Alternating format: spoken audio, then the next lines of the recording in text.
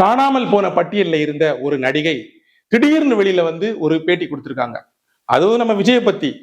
நிறைய காணாமல் போன நடிகைகள் எல்லாம் இப்ப புதுசா வந்துட்டே இருக்காங்க. அதுவும் விஜய் அவர்களை பேசுறதுக்குன்னே இந்த திமுக வாடகை வாய ரெடி பண்ணி கொண்டு வருது. அது ஒன்றும் பிரச்சனை இல்லை, இவங்க பேசிட்டு போட்டு. ஏன்னா விஜய் அவர்கள் நிறைய பார்த்தாச்சு, விஜய் தொண்டர்கள் நிறைய பார்த்தாச்சு, தமிழக மக்களும் நிறைய பார்த்தாச்சு.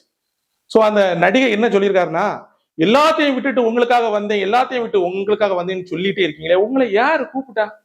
ஆமா, வெரி சிம்பிள். எவ்வளவு ஈஸியான கொஸ்டின். உங்களை யாரு கூப்பிட்டா? முடிஞ்சு போச்சு, அவ்வளவுதான். அந்த நடிகைக்கு நான் பதில் சொல்றேன். தளபதி விஜய நான் கூப்பிட்டேன்னு சொல்றதுக்கு கோடி பேர் இருக்காங்க. தமிழகத்துல உண்மையாவே அரசியல்ல ஒரு வெற்றிடம் இருந்தது. தமிழகத்துல ஒரு மாற்றம் எல்லாருக்கும் தேவைப்பட்டது. தமிழக மக்கள் எல்லாருமே ஒரு ஆளை தேடி எதிர்பார்த்துட்டே இருந்தாங்க. விஜய் வரணும்னு நிறைய பேர் நினைச்சாங்க.